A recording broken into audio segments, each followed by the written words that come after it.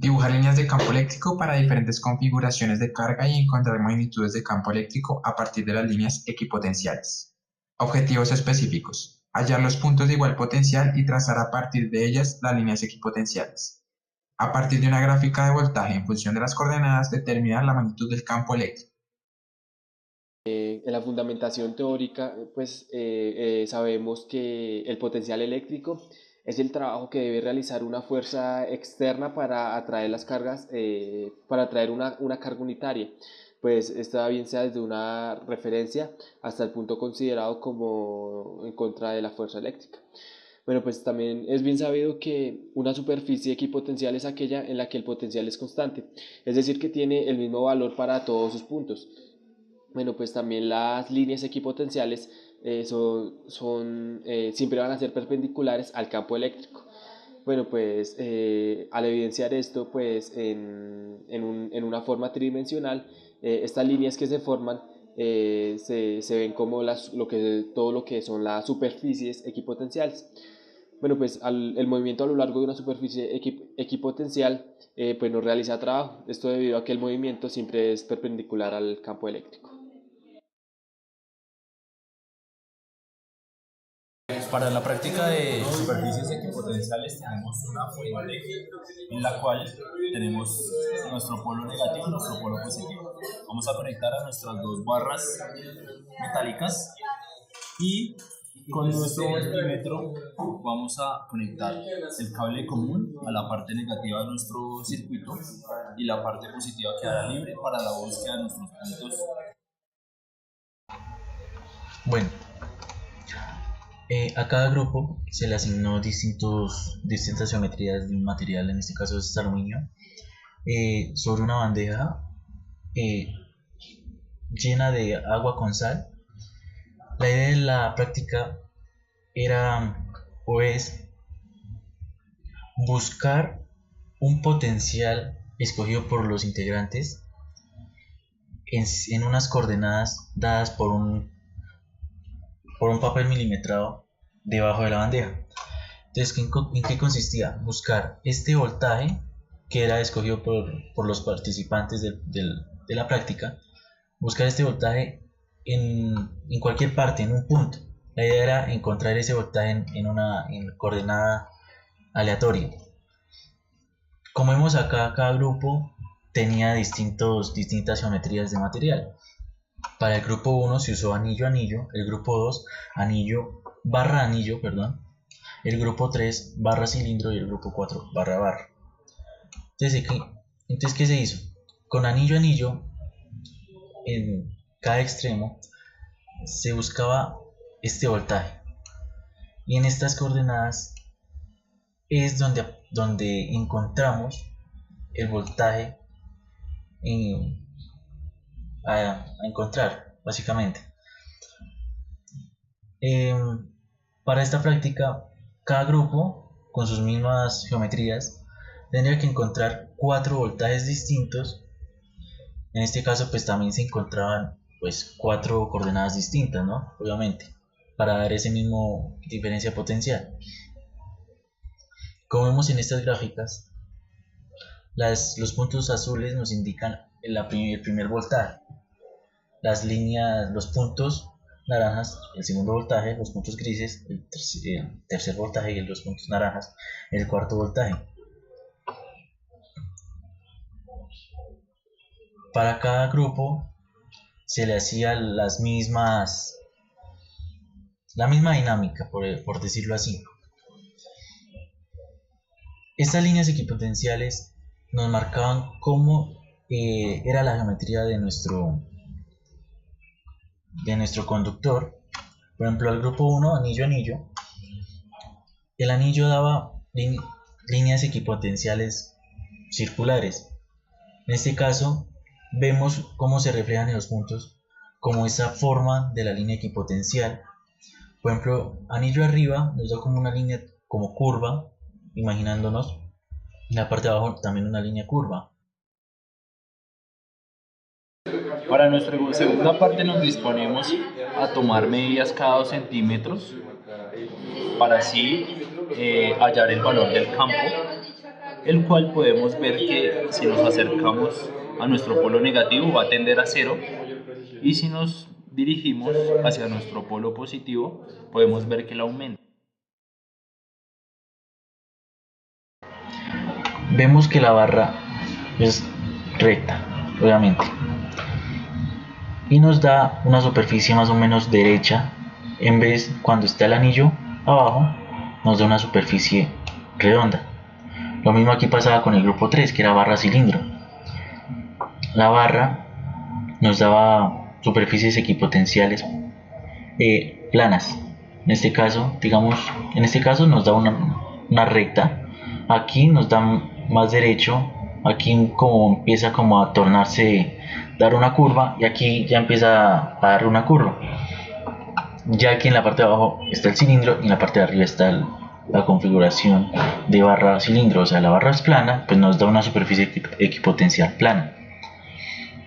Lo mismo para el grupo 4. El grupo 4 usó barra. Vemos aquí que las superficies equipotenciales son planas, mire. Plano, plano, plano. No da como la primera gráfica, que da como una superficie equipotencial redonda. Muy bien, como se pueden observar en las gráficas, las 4 relaciones obtenidas son lineales. Podemos observar que la relación es muy fuerte debido al indicador, el cual viene siendo este R cuadrado, el cual en caso de que sea 1 nos viene a decir que es una relación perfecta entre ambas variables, y mientras más cercano esté a 1 quiere decir que la relación es más fuerte. En los 4 casos fue 0,9, muy cercano a 1. También se obtuvo lo que viene siendo la ecuación de la recta en los 4 casos, la cual pues consiste de y x, las cuales son las variables m, que viene siendo la pendiente, y b, que es el corte con el eje y. Muy bien, con esto dicho podemos decir que el voltaje, a medida que la distancia aumenta, ese también aumenta, y esto es porque mientras que en el polo positivo las líneas de campo salen, en el polo negativo estas entran. Esto lo que hace es pues mostrar el comportamiento del campo, ¿no? Efectuado o creado debido a las cargas.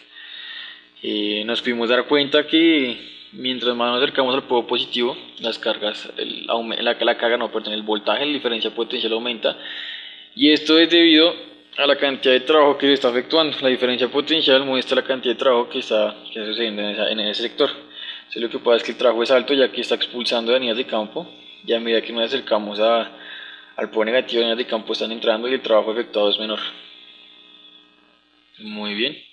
El otro punto de lo cual podemos hablar aquí en estos casos es que la pendiente en 3 de los 4 casos es igual. Esta viene siendo la razón por la cual el voltaje y la distancia pues están relacionadas, ¿no? Es la única constante en todos los puntos. Y esta viene siendo el campo eléctrico presentado en la línea de campo en la cual estábamos midiendo. Sin darnos cuenta, al momento de medir a través de la línea recta con el punto inicial en el polo negativo y el punto final en el polo positivo, veníamos midiendo a lo largo de una línea de campo en donde el campo eléctrico es constante a lo largo de todo esto.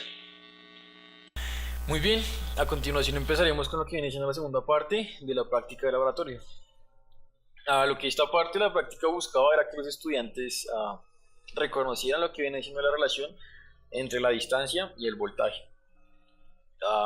Primero se mantenía todo lo que viene siendo el esquema de la primera parte, en donde un cátodo y un ánodo pues estaban conectados directamente con la fuente, y los dos estaban sumergidos en agua con sal sobre una superficie transparente o translúcida sobre el papel milimetrado. De esta forma podríamos ubicar pues de mejor manera lo que es el comportamiento de las superficies equipotenciales de manera gráfica. Muy bien, entonces lo que se procedió a hacer fue se conectó el multímetro a alguno de los dos polos de la fuente directamente, y el otro extremo se utilizó como herramienta para medir el voltaje, como explorador para medir el voltaje. Entonces lo que se hacía era, iniciábamos prácticamente encima del polo negativo o muy cerca a este, y empezamos a medir desde ahí. Íbamos aumentando en 1 centímetro a medida que aumentábamos 1 centímetro la distancia en una línea recta entre los dos polos, íbamos anotando el valor del voltaje. Como se pueden dar cuenta, en los datos de las siguientes tablas inician en 0, que van haciendo 0 centímetros desde el polo negativo y van aumentando de a 1 centímetro. De esa misma manera, pues el voltaje, los valores del voltaje van cambiando. Bueno, una vez hechas las tablas, proseguimos a hacer las gráficas, las cuales se encuentran aquí abajo. Muy bien. Al momento de hacer las gráficas, nos podemos dar cuenta que la relación entre el voltaje y la distancia son directamente proporcionales, es una relación lineal, ya que pues podemos ver que forma una línea recta. A medida que la distancia aumenta desde el polo negativo al polo positivo, el voltaje de igual forma también lo hace. Valores teóricos y experimentales del campo para sacar su porcentaje de error con la fórmula de valor teórico, valor experimental sobre valor teórico por 100. En las siguientes tablas se tomaron los datos de los voltajes, se usó la fórmula de porcentaje de error mencionada anteriormente y para el promedio se sumaron los porcentajes y se dividieron entre el número de datos, los cuales fueron 22. Algunos errores se pueden producir debido a errores sistemáticos, los cuales se pueden producir por fallos técnicos como multímetros como el funcionamiento. En la tabla número 3 se tomaron valores hasta 5 voltios. Podemos decir que fuimos capaces de identificar cuáles son las líneas equipotenciales en el sistema, ¿no? Ya que fuimos capaces de graficarlas y ver cómo se comportaban dependiendo del tipo de polo, la figura del polo, ¿no? Sea positivo o negativo, y contra qué otro polo se esté enfrentando, por así decirlo, dependiendo de la configuración básicamente. Fuimos capaces de identificar que efectivamente a lo largo de estas líneas se mantiene el mismo voltaje.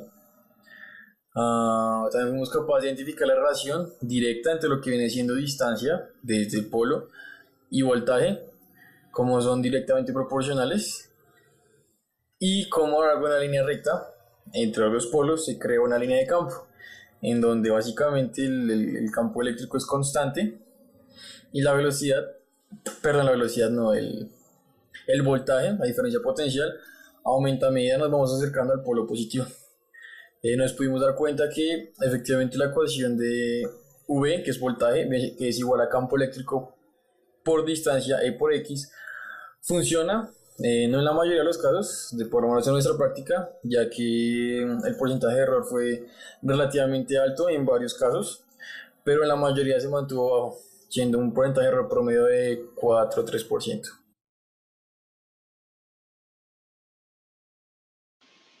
Uno de los impactos a nivel tecnológico que tienen las superficies equipotenciales es que con estas se han logrado tener aplicaciones como lo son las de los rayos X y la esterilización de alimentos.